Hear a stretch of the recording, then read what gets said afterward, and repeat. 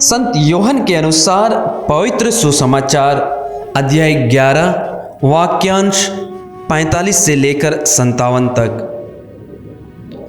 जो यहूदी मरियम से मिलने आए थे और जिन्होंने यीशु का यह चमत्कार देखा, उनमें से बहुतों ने उनमें विश्वास किया, परंतु उनमें से कुछ लोगों ने फरीसियों के पास जाकर बताया कि यीशु ने क्या किया था। तब महायाजकों और फरीसियों ने महासभा बुलाकर कहा, हम क्या करें? वह मनुष्य बहुत से चमत्कार दिखा रहा है।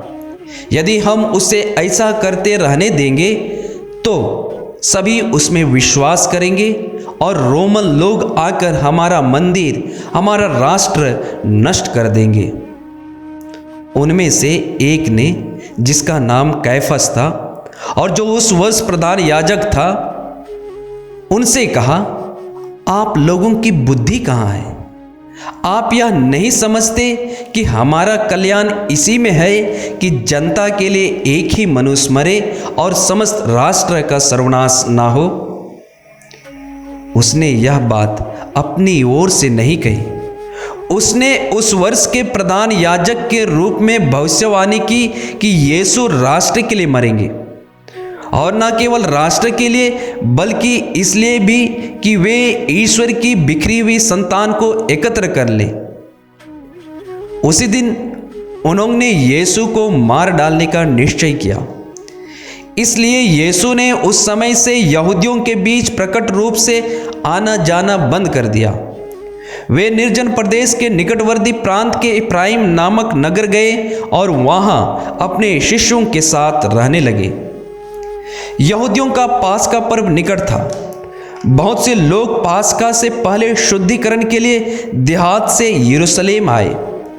वे यीशु को ढूंढते थे और मंदिर में आपस में कहते थे, आपका क्या विचार है? क्या वह पर्व के लिए नहीं आ रहे हैं?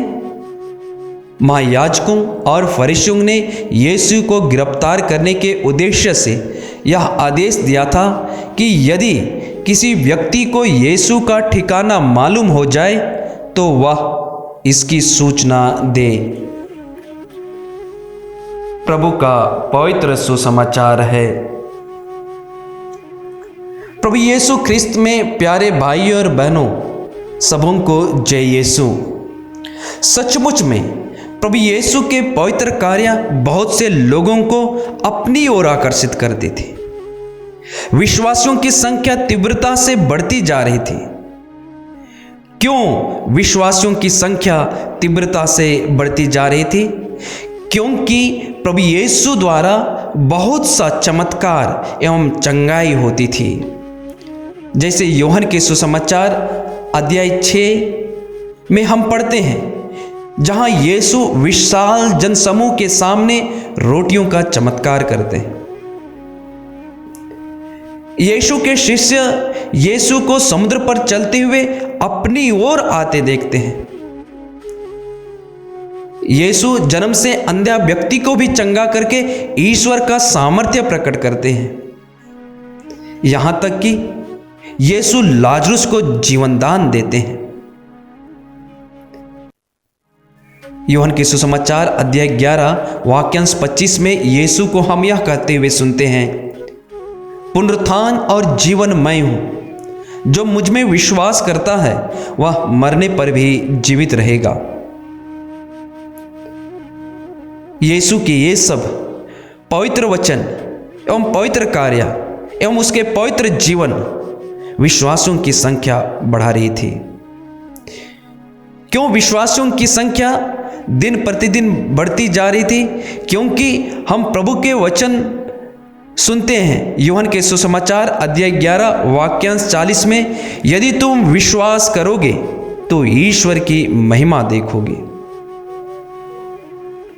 विश्वासों की संख्या दिन प्रतिदिन बढ़ते जा रही थी और इन विश्वासों की संख्या को देखकर महायाजक और फरीसियों ने महासभा बुलाते हैं और यीशु को मृत्यु के हवाले करने का षड्यंत्र रचते हैं। कैफस जो प्रधान याजक था, विश्वासियों की संख्या देखकर महासभा को संबोधित करते हुए कहते हैं, आप लोगों की बुद्धि कहाँ है? आप यह नहीं समझते कि हमारा कल्याण इसी में है कि जनता के लिए एक ही मनुष्य मरे और समस्त राष्ट्र का सर्वनाश ना हो। और यीशु को इसी महासभा में मार डालने का निश्चय कर लेते हैं।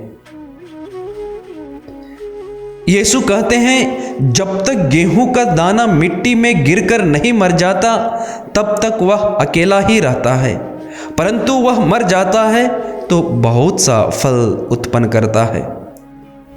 प्यारे भाइयों और बहनों, क्या आप प्रभु यीशु के वचन पर विश्वास करते हैं? क्या प्रभु यीशु के पवित्र कार्यों पर विश्वास करते हैं?